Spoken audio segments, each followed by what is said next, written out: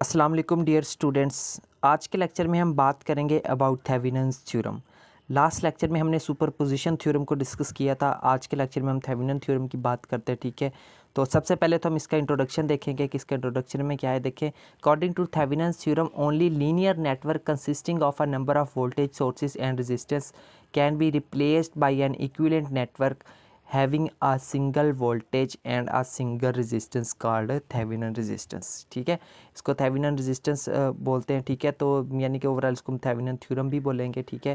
तो बेसिकली हमने इसमें करना क्या है, हमने थेवेनिन रेजिस्टेंस को कैलकुलेट करना होता है थेवेनिन थ्योरम के अंदर, ठीक है।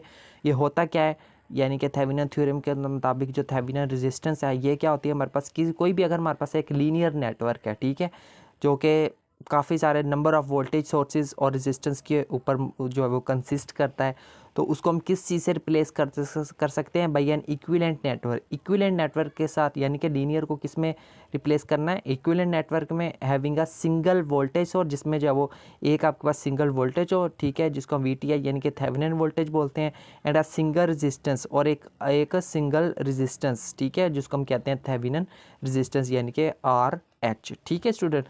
तो ये तो होता है हमारे पास जो है वो थेवेनिन्स थ्योरम का इंट्रोडक्शन था, ठीक है। जैसे यहाँ पे देखिए हमारे पास जो है वो अगर हम लोड करंट फाइंड करना हो तो अकॉर्डिंग टू थेवेनिन्स थ्योरम किस तरह फाइंड कर सकते हैं, will be equal to VTH जो कि थेवेनिन वोल्टेज है डिवाइडेड बाय RTH, मतलब थेवेनिन रेजिस्टेंस प्लस RL यानी कि लोड रेजिस्टेंस, ठीक है। अब इसमें हमने करने क्या होते हैं, थेवेनिन थ्योरम के मुताबिक अगर किसी भी सर्किट में से अगर हमने लोड करंट फाइंड करना है तो उसके लिए हमें सबसे पहले तो हमने VTH फाइंड करना है, फिर हम RTH फाइंड करेंगे, फिर हम RL फाइंड करेंगे, फिर ये वाला फार्मूला लगा के उसमें से IL की वैल्यू कैलकुलेट कर लेंगे, ठीक है।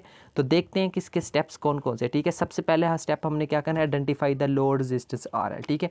कोई भी आपको दिया हो ना सर्किट, उसमें सबसे पहले आपने देखना है कि लोड रेजिस्टेंस कौन सी, ठीक है। जैसे यहाँ पे देखिए ये वाली लोड रेजिस्टेंस RL को रिप्रेजेंट कर रही है, ठीक है। स्टेप नंबर 2 में क्या करना है, remove the resistance and calculate the open circuit potential across two open ends, ठीक है।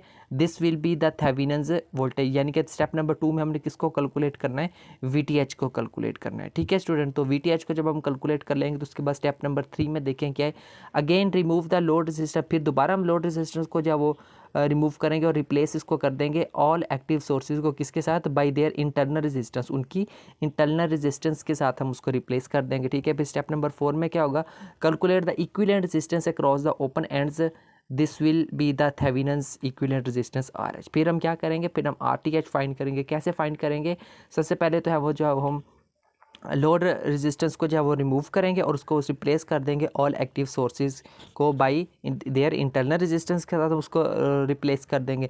फिर हम वहाँ से क्या कर लेंगे, इक्विवेलेंट रेजिस्टेंस कैलकुलेट कर लेंगे, जो कि हमारे पास क्या कहलाएगी, थेवेनिन रेजिस्टेंस होगी, यानी कि उसको हम कहेंगे RTH, ठीक है। RTH इस तरह से हम कर लेंगे। उसके बाद स्टेप नंबर 5 में देखें क्या करेंगे, draw the Thevenin equivalent for given network, तो थेवेनिन इक्विवेलेंट को हम ड्रा कर लेंगे, ठीक है। कैलकुलेट, और स्टेप नंबर 6 के मुताबिक calculate the load current IL by using the identity, ठीक है। तो फिर हम क्या करेंगे, ये वाला फार्मूला लगा के हम लोड करंट फाइंड कर लेंगे, ठीक है स्टूडेंट। तो ये था हमारे पास थेवेनिन्स थ्योरम की मदद से, ठीक है। आसान है, कोई मुश्किल नहीं है, बस दो मेन चीज़ें इसमें, एक थेवेनिन रेजिस्टेंस है और एक थेवेनिन वोल्टेज है, ठीक है। ये दो चीज़ें कैलकुलेट कर ली हैं। लोड रेजिस्टेंस गिवन होती है, बस उसको सर्किट में से आइडेंटिफाई करना होता है कि कौन सी वाली लोड रेजिस्टेंस है, ठीक है। तो वो प्रॉब्लम जब आती है तो उसमें पता चल जाता है, ठीक है। तो बस यही था हमारा आज ये, ठीक है, इसका इंट्रोडक्शन, इसका प्रोसीजर। अब हम इसको एक्सप्लेन करते हैं एक छोटी सी एग्जांपल के साथ, ठीक है।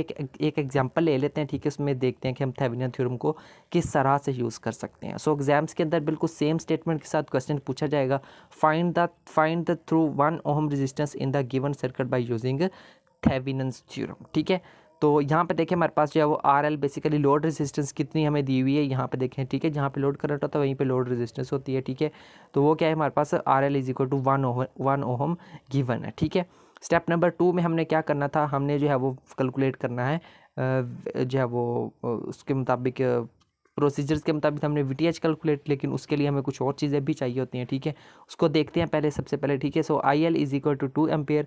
IL आपके पास यहाँ पे लोड करंट दिया हुआ है, ठीक है। कितना दिया हुआ है, 2 एम्पेयर दिया हुआ है, ठीक है।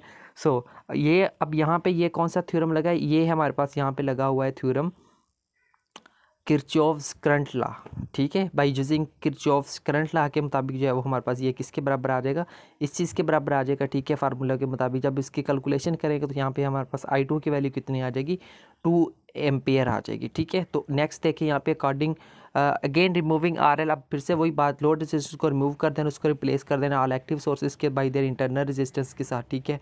तो करेंगे तो वहाँ पे हमारे पास जो है वो VTH क्या हमें मिल जाएगी, 10 वोल्टेज मिल जाएगी, ठीक है।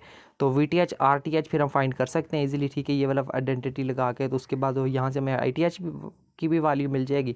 फिर जो है हम उसका क्या कर देंगे, IL फार्मूला बराबर हमारे पास इस चीज़ के बराबर होता है, ठीक है। वैल्यूज पुट करके कैलकुलेशन करेंगे तो हमारे पास क्या आ जाएगा, लोड करंट की वैल्यू आ जाएगी, ठीक है स्टूडेंट। तो इस तरह से जो है वो आप एग्जाम्पल्स वगैरह को सॉल्व कर सकते हैं इस सर्किट से रिलेटेड, इस थ्योरम से रिलेटेड। तो इम्पोर्टेंट थ्योरम है, ठीक है, इसको भी आपने जो है वो अच्छे तरीके के साथ देखना है थेवेनिन्स थ्योरम को। सो ये था हमारा आज का लेक्चर। तो नेक्स्ट लेक्चर में हम बात करेंगे नॉर्टन्स थ्योरम की। सो मिलते हैं नेक्स्ट लेक्चर में, तब तक के लिए टेक केयर एंड अल्लाह हाफिज़।